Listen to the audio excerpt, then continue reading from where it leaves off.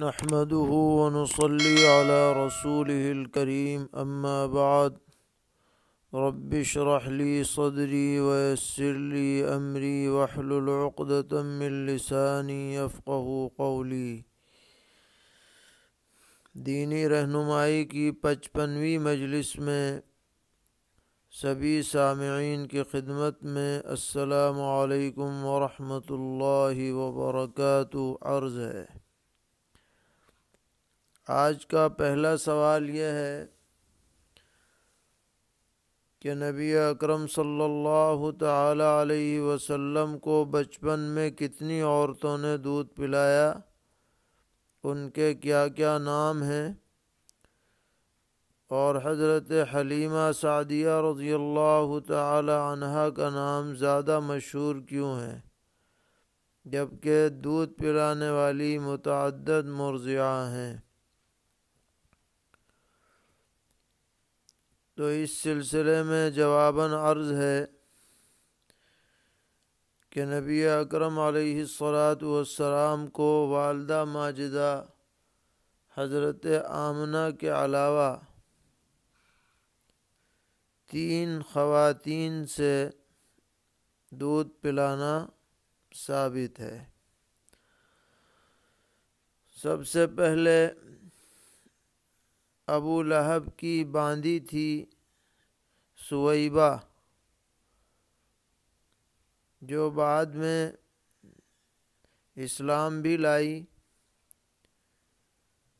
اس نے دودھ پلایا چند دن، اس کے بعد عرب کے دستور کے مطابق قبیلہ بنو سعد کی خاتون، خوش قسمت خاتون حضرت حلیمہ سعدیہ رضی اللہ تعالی عنہا پیغمبر علیہ السلام کے لیے باقاعدہ مرضعہ مقرر ہوئیں اور آپ کو ان کے حوالے کیا گیا تاکہ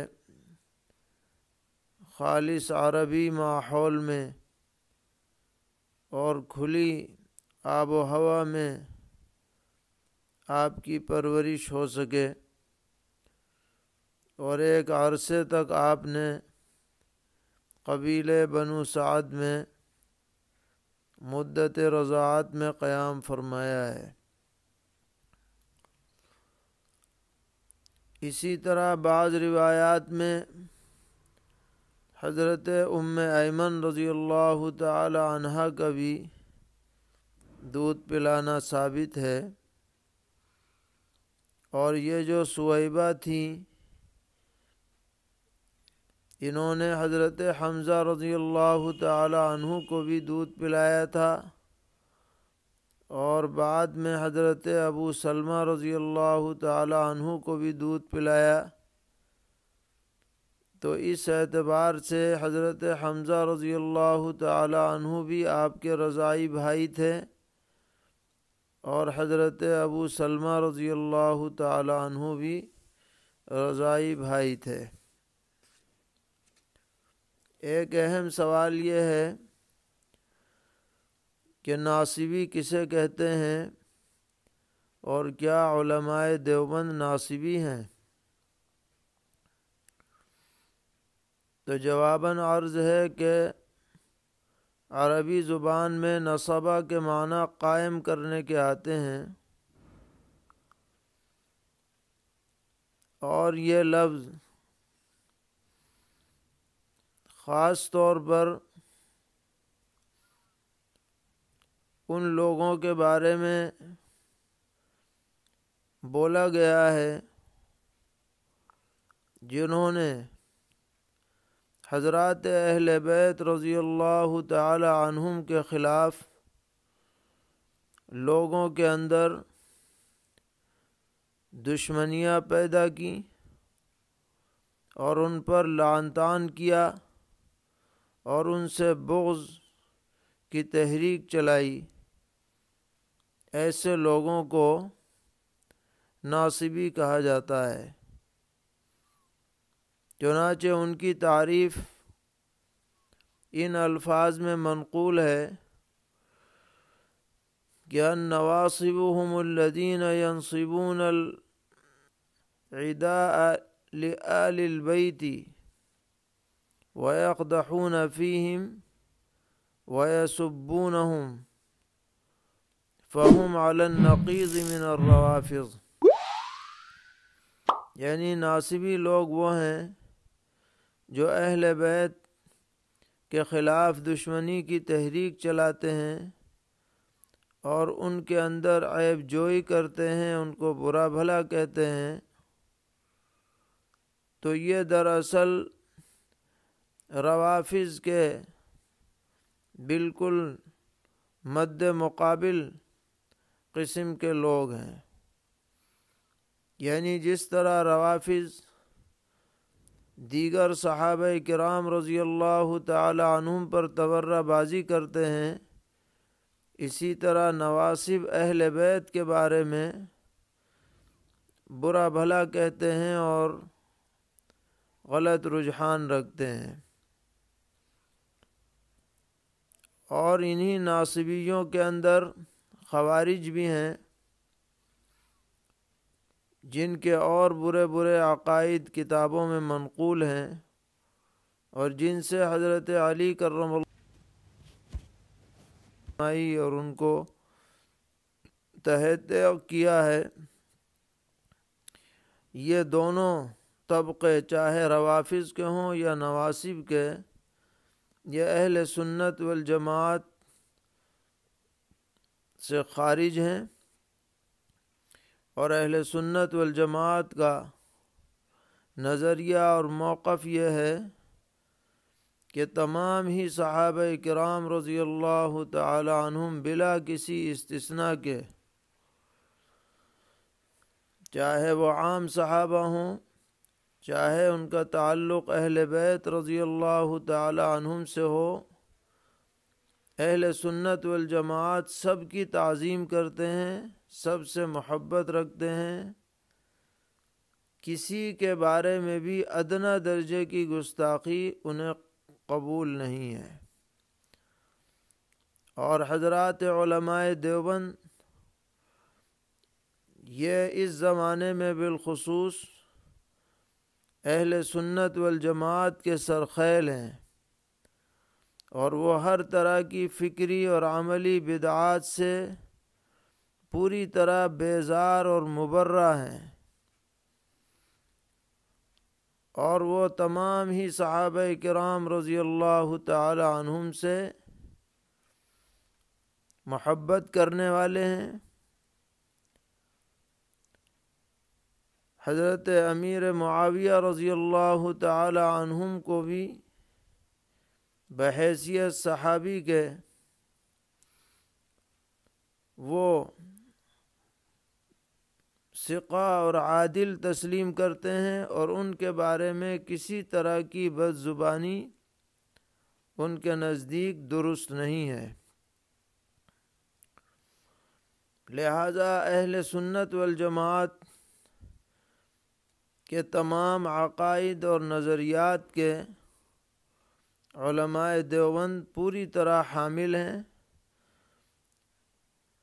ان کو خارجی کہنا یا ناصبی کہنا ان پر سراسر بہتان اور الزام ہے.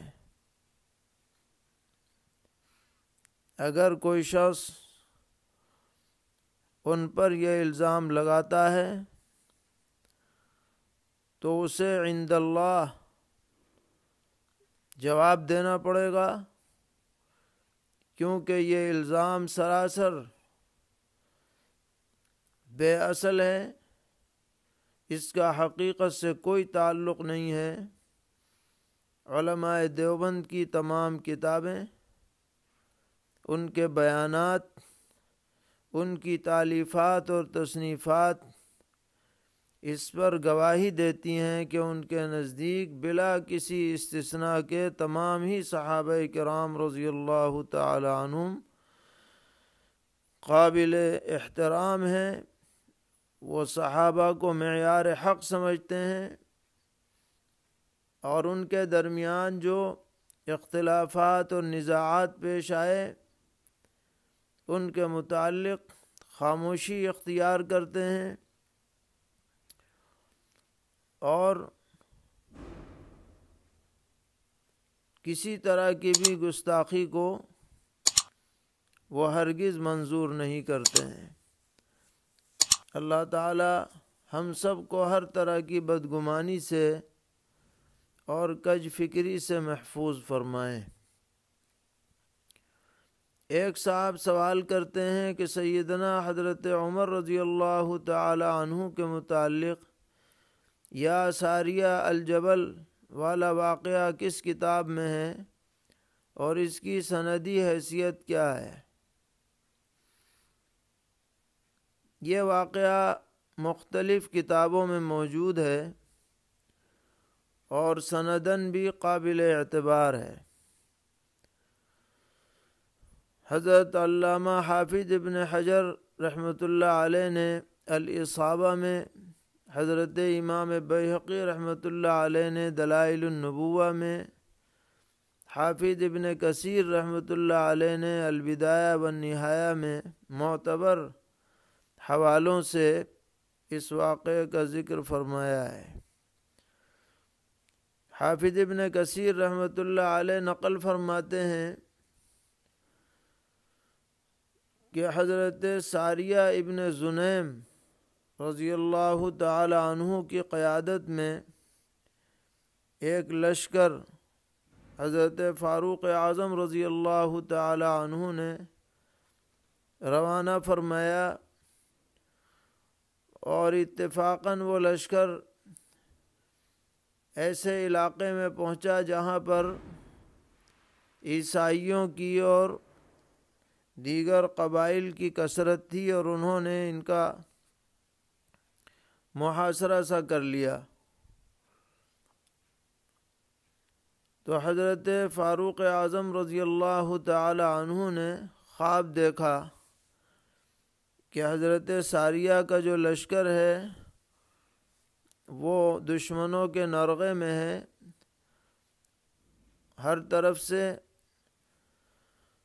لیکن خواب میں یہ دکھایا گیا کہ اگر وہ پہاڑ کے آڑ میں آ کر کے جنگ کریں تو ان کے لیے خیر کا راستہ ہوگا اور مقابلہ آسان ہوگا۔ یہ خواب حضرت فاروق اعظم رضی اللہ تعالی عنہ نے رات میں دیکھا۔ یہ جمعے کی رات تھی۔ جمعے کے دن خطبے میں حضرت فاروق اعظم رضی اللہ تعالی عنہ نے اس خواب کا تذکرہ فرمایا کہ میں نے اس طرح کا خواب دیکھا ہے، اور پھر خطبے ہی کے درمیان میں آپ نے 3 مرتبہ آواز لگائی، یا ساریہ الجبل، یا ساریہ الجبل۔ جو حاضرین تھے وہ متحیر بھی ہوئے کہ یہ کس کو پکارا جا رہا ہے، لیکن بعد میں جب حضرت ساریہ کا قاصد فتح کی خوشخبری لے کر مدینہ منورہ پہنچا اور اس سے تحقیق ہوئی تو پتہ چلا کہ عین اس وقت جب کہ حضرت عمر رضی اللہ تعالی عنہ مسجد نبوی میں یا ساریہ الجبل فرما رہے تھے، تو اس مقام پر جو کئی ہزار کلومیٹر دور وہاں سے تھا، حضرت عمر کی آواز وہاں پہنچی، اور حضرت ساریہ اس آواز سے متوجہ ہو کر کے پہاڑ کو آڑ بنا کر انہوں نے جنگ کی اور اللہ تعالیٰ نے فتح عطا فرمائی۔ تو یہ واقعہ دراصل کرامات کے قبیل کا ہے۔ اللہ تعالیٰ اپنے نیک بندوں کی غیب سے مدد فرماتے ہیں کہ یہ آواز وہاں پہنچا دی گئی، حالانکہ اس وقت یہ آلات موجود نہیں تھے جو آج کے زمانے میں عام ہو گئے ہیں کہ دنیا کی ایک جگہ کی آواز دوسری جگہ بلا کسی توقف کے پہنچ جاتی ہے۔ تو جب انسان اپنے بنائے ہوئے آلات کے ذریعے آوازوں کو پوری دنیا میں پہنچا سکتا ہے تو اللہ رب العالمین جو خالق دو جہاں ہیں اس کے لیے آواز پہنچانا کیا مشکل ہے؟ تو یہ کرامات کے قبیل سے ہے اور اس کو جھٹلایا نہیں جا سکتا، جبکہ یہ معتبر سندوں سے ثابت ہے۔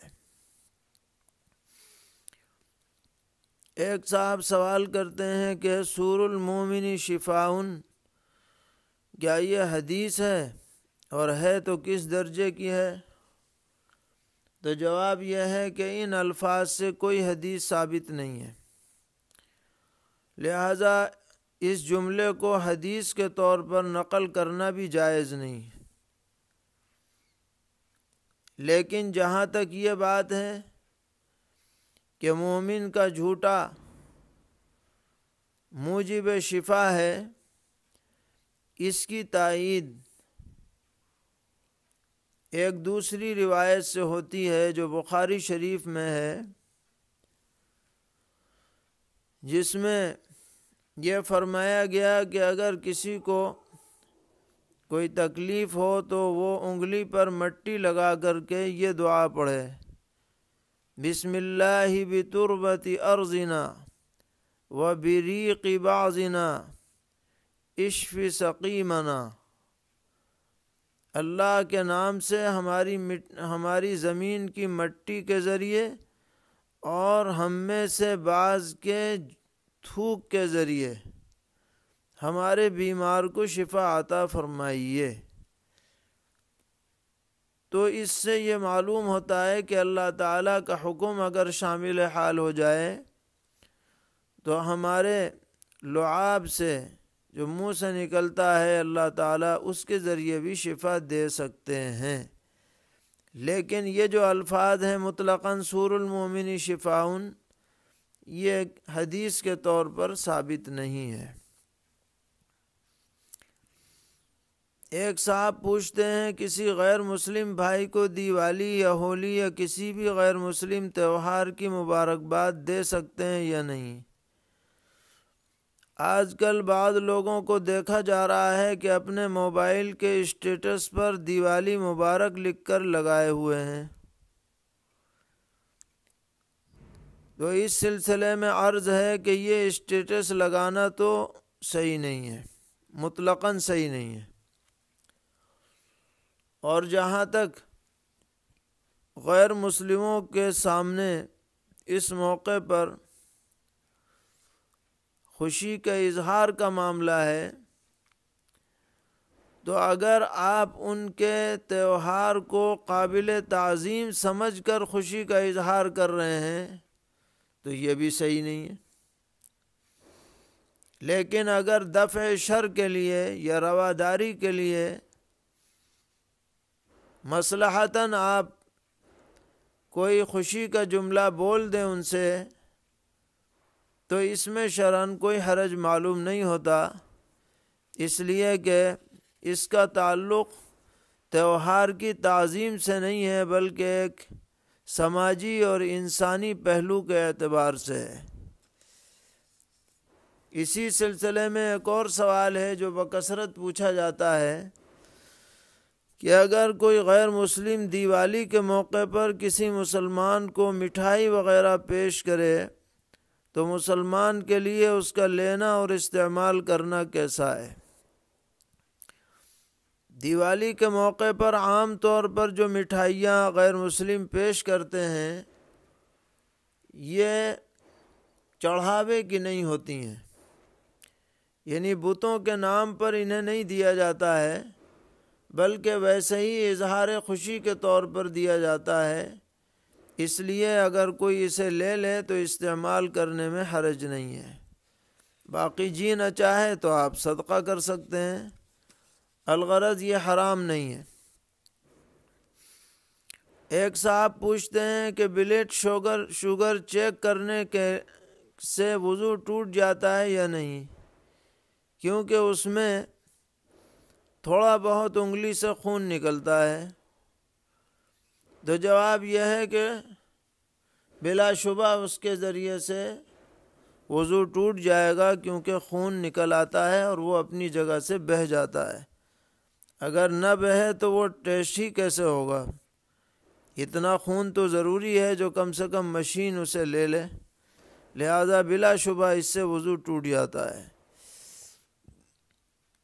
ایک صاحب پوچھتے ہیں کہ عام طور پر گھروں میں نیچے بیت الخلاء کا ٹینک ہوتا ہے اور اس ٹینک کے اوپر کمرہ بنا ہوا ہوتا ہے، تو سوال یہ ہے کہ کیا اس کمرے میں مصلی بچھا کر نماز پڑھ سکتے ہیں؟ جی ہاں، پڑھ سکتے ہیں۔ نیچے ٹینک ہونے سے نماز پر کوئی اثر نہیں پڑے گا۔ سوال ہے کہ جنازے کی نماز کا کیا حکم ہے؟ کیا سب لوگوں پر نماز جنازہ پڑھنا واجب ہے؟ بہت سے لوگوں کو دیکھا جاتا ہے کہ نماز جنازہ میں شریک نہیں ہوتے اور وہاں موجود رہتے ہوئے بھی عذر کرتے ہیں، اور بعض لوگ تو بغیر نماز جنازہ پڑھے قبرستان چلے جاتے ہیں، تو ان کا یہ عمل کیسا ہے؟ تو دیکھیے، اس بارے میں پہلی بات تو یہ سمجھنی چاہیے کہ اصولی طور پر نماز جنازہ فرض کفایہ ہے، یعنی اگر چند لوگ بھی نماز جنازہ پڑھ لیں تو فرض ساقط ہو جاتا ہے دوسرے لوگوں کے ذمے سے، اور جو وجوب ہے وہ باقی نہیں رہتا۔ یہ تو مسئلے کی ایک صورت ہے اور ایک پہلو ہے، لیکن اس کے اندر دوسرا پہلو یہ پایا جاتا ہے کہ نبی اکرم علیہ الصلاۃ والسلام نے بلا کسی استثناء کے جہاں ایک مسلمان کے دوسرے مسلمان پر حقوق گنوائے ہیں، ان میں سے ایک حق یہ بھی ہے کہ جنازے میں شرکت کریں، لہذا بلا عذر اور وہاں موجود رہتے ہوئے پھر بھی جنازے میں شریک نہ ہونا، یہ اگرچہ فرض نہ ہو لیکن بڑی بے مروتی کی بات ہے اور مسلمان کے حق سے روگردانی ہے۔ علاوہ ازیں ایک تیسری بات بھی یہ ہے کہ نماز جنازہ کی شرکت بہت بڑا اجر و ثواب والا عمل ہے۔ سرور عالم حضرت محمد مصطفیٰ صلی اللہ تعالی علیہ وسلم نے فرمایا کہ جو شخص جنازے کی نماز میں شریک ہوتا ہے اس کو ایک قیرات کے برابر ثواب ملتا ہے، جس کی مقدار جبل احد کے برابر ہے، احد پہاڑ کے برابر ہے، اور جو جنازے میں شریک ہو کر قبرستان تک ساتھ جاتا ہے اس کو ڈبل قیرات ملتا ہے۔ تو ہم جب وہاں موجود ہیں تو اس عظیم اجر و ثواب سے ہم کیوں محروم رہیں؟ یہ سوچنا چاہیے۔ اب بعض لوگ کیا کہتے ہیں کہ ہمیں نماز جنازہ کی دعا یاد نہیں ہے اس لیے ہم شریک نہیں ہو رہے۔ تو یاد رکھنا چاہیے کہ جنازے کی نماز میں دعائیں پڑھنا تو صرف مسنون ہے، ثنا پڑھنا، درود شریف پڑھنا، دعا پڑھنا۔ نماز جنازہ کا اصل فرض ہے اللہ اکبر 4 مرتبہ کہنا۔ تو کون سا ایسا بد نصیب مسلمان ہوگا جو 4 مرتبہ اللہ اکبر نہ کہہ سکے؟ اس لیے یہ عذر معتبر نہیں ہے کہ جنازے کی دعا یاد نہیں۔ اول تو کیوں یاد نہیں؟ کوشش کریں تو بہت جلد یاد ہو سکتی ہے، یاد کرنے کی کوشش ہونی چاہیے۔ یہ کیا مطلب کہ یاد ہی نہیں؟ اتنی لمبی عمر ہو گئی اور جنازے کی دعا یاد نہیں ہے؟ بالفرض اگر نہ یاد ہو تو ربنا آتنا پڑھ لیں، ربنا ظلمنا انفسنا پڑھ لیں، رب اغفر لی پڑھ لیں۔ یہ بھی نہ ہو تو کم سے کم 4 مرتبہ تکبیر تو کہیں، باوضو رہیں، کپڑے پاک رہیں اور پھر یہ تکبیرات پڑھیں. اور یہ بھی اچھا بھی نہیں لگتا کہ کچھ لوگ تو جنازے میں شامل ہیں، کچھ لوگ ٹولی بنا کے کھڑے ہوئے ہیں، دیکھنے والوں کو بھی اچھا نہیں لگتا. اس لیے ماحول بنانا چاہیے کہ جنازے کی نماز میں شرکت ہو اہتمام کے ساتھ، اور پھر قبرستان جائیں اور اپنے مسلمان بھائی کا آخری حق ضرور ادا کریں. ایک دوسرا سوال ہے اسی سے ملتا جلتا کہ کیا جنازے کی نماز میں شریک ہونے والے ہر شخص کو میت کے ساتھ قبرستان جانا اور قبر پر مٹی ڈالنا ضروری ہے؟ اگر کوئی شخص جنازہ پڑھ کر قبرستان نہ جائے تو کیا وہ گنہگار ہوگا؟ ضروری تو نہیں ہے اور نہ جائے تو گنہگار بھی نہیں ہے، لیکن ایک فضیلت سے محروم رہے گا وہ. اس لیے بلا عذر اس سے پیچھے نہیں رہنا چاہیے، موقع ہو تو قبرستان تک جانا چاہیے. ایک صاحب پوچھتے ہیں کیا قبر پر مٹی ڈالنے کے لیے باوضو ہونا ضروری ہے؟ کیا بغیر وضو کے قبر پر مٹی ڈالنا منع ہے؟ باوضو ہونا کوئی ضروری نہیں ہے، البتہ وضو برقرار رہے تو زیادہ بہتر ہے، لیکن بے وضو بھی اگر مٹی ڈال دیں تو کوئی حرج کی بات نہیں. ایک سوال ہے، ایک عورت کا انتقال ہو گیا، اس نے ایک دودھ پیتا بچہ چھوڑا ہے، تو سوال یہ ہے کہ کیا اس بچے کی حقیقی بہن اس بچے کو بھی، یعنی اپنے حقیقی بھائی کو دودھ پلا سکتی ہے؟ اور آگے چل کر اس پر شریعت کے کیا احکامات لاگو ہوں گے؟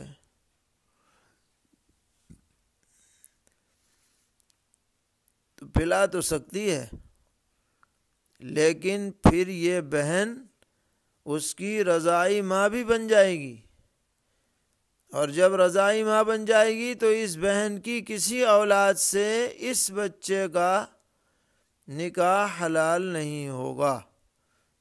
تو وہ اس کی بہن تو ہے ہی نسبی اعتبار سے، اب مدت رضاعت میں دودھ پلانے کی وجہ سے وہ اس کی رضاعی ماں کے حکم میں بھی آ جائے گی اور رضاعی ماں کے احکامات جاری ہوں گے. اگر کسی شخص کی 2 بیوی ہوں تو ایک بیوی کے داماد کا دوسری بیوی یعنی سوتیلی ساس سے شرعی پردہ ہے یا نہیں، یعنی وہ اس کے لیے محرم ہے یا غیر محرم؟ تو ایک بیوی کا جو داماد ہے وہ صرف اپنی سگی ساس کے لیے محرم ہے، سوتیلی ساس کے لیے وہ محرم نہیں ہے، اس کا اس سے کوئی رشتہ نہیں ہے. پوچھتے ہیں کہ جب پیاز سستی ہو تو خرید کر اپنے پاس رکھ لیں اور جب مہنگی ہو جائے تو فروخت کر دیں، تو ایسا کرنا جائز ہے یا نہیں؟ اس میں شرعاً کوئی حرج نہیں ہے، یہ ممنوع احتکار اور ذخیرہ اندوزی میں شامل نہیں ہے، کیونکہ قدرتی طور پر اس میں قیمت بڑھ رہی ہے. ممنوع وہ صورت ہوتی ہے جبکہ فرضی طور پر قیمت بڑھائی جائے تو ممنوع ہوتی ہے. پوچھتے ہیں کہ غلیل یا بندوق کے شکار کا کیا حکم ہے؟ اگر کسی نے بسم اللہ پڑھ کر گولی چلائی یا غلیل سے غلہ پھینکا اور وہ شکار کو لگا تو گرتے ہی شکاری نے اسے مرنے سے پہلے ہی ذبح کر دیا تو اس کا کھانا کیسا ہے؟ جی ہاں، اگر موت سے پہلے باقاعدہ بسم اللہ پڑھ کر ذبح کر دیا گیا تو وہ اس کا کھانا حلال ہے، لیکن اگر وہ بندوق کی گولی سے مر جائے یا غلیل سے مر جائے تو وہ حلال نہیں ہوگا، کیونکہ اس میں جو موت واقع ہوتی ہے وہ اس کی دھمک سے ہوتی ہے، یعنی چوٹ لگنے سے ہوتی ہے، یہ موقوذہ کے حکم میں ہوتا ہے. ہاں اگر زندہ پایا گیا اور پھر اس کو ذبح کر دیا گیا تو اس میں شرعاً کوئی حرج نہیں ہے، وہ حلال ہے. ایک صاحب پوچھتے ہیں کہ ایک شخص کا انتقال ہوا، اس کے وارثین میں ایک بہن ہے اور ایک بھتیجا ہے، تو دونوں کے درمیان میراث کس طرح تقسیم ہوگی؟ تو بہن کو تو آدھا حصہ ملے گا اور بقیہ آدھا حصہ بھتیجے کو مل جائے گا، گویا 2 حصے کر کے ہر ایک کو آدھا آدھا حصہ ملے گا۔ ایک سوال یہ ہے کہ زید کا انتقال ہوا، وارثین میں ایک بیوی، ایک بیٹی، 7 بھائی اور 2 بہنوں کو چھوڑا، والدین کا انتقال ہو چکا ہے اور بھائیوں کے درمیان وراثت بھی تقسیم ہو چکی ہے، تو اب زید کی میراث کس طرح تقسیم ہوگی اور زید کے وارث کون کون ہوں گے؟ تو زید کا کل ترکہ 128 حصوں میں تقسیم کر کے 16 حصے بیوی کو ملیں گے، 64 بیٹی کو ملیں گے اور 6 ہر ایک بھائی کو ملیں گے اور 3 ہر ایک بہن کو ملیں گے۔ اگر بھائی بہن اپنا حصہ نہ لیں تو یہ حصہ بھی بیٹی اور بیوی کو مل جائے گا، یا وہ لے کر کے کسی کو ہبہ کر دیں تو اس کے لیے بھی گنجائش ہے، جبکہ وہ سب کے سب بالغ ہوں اور اپنی رضامندی سے کسی کو دے دیں، اور خود لینا چاہیں تو خود لے لیں۔ اللہ تعالی ہم سب کو دین پر ثابت قدم فرمائے، ہر طرح کے شرور سے محفوظ فرمائے، اپنی رضا اور خوشنودی سے مالا مال فرمائے۔ وصلی اللہ تعالی علی خیر خلقہ محمد وآلہ وصحبہ اجمعین برحمتک یا ارحم الراحمین۔ السلام علیکم ورحمۃ اللہ وبرکاتہ۔ ناظرین کرام، اردو مضامین اور خبروں کے لیے ہماری ویب سائٹ www.lajnatulmuallifin.com پر ضرور وزٹ کیجیے۔ اگر آپ کو ہمارا کام پسند آ رہا ہے تو ہمیں سپورٹ کرنے کے لیے ہمارے YouTube channel Lajna T V کو ضرور سبسکرائب کریں۔ جزاکم اللہ احسن الجزا۔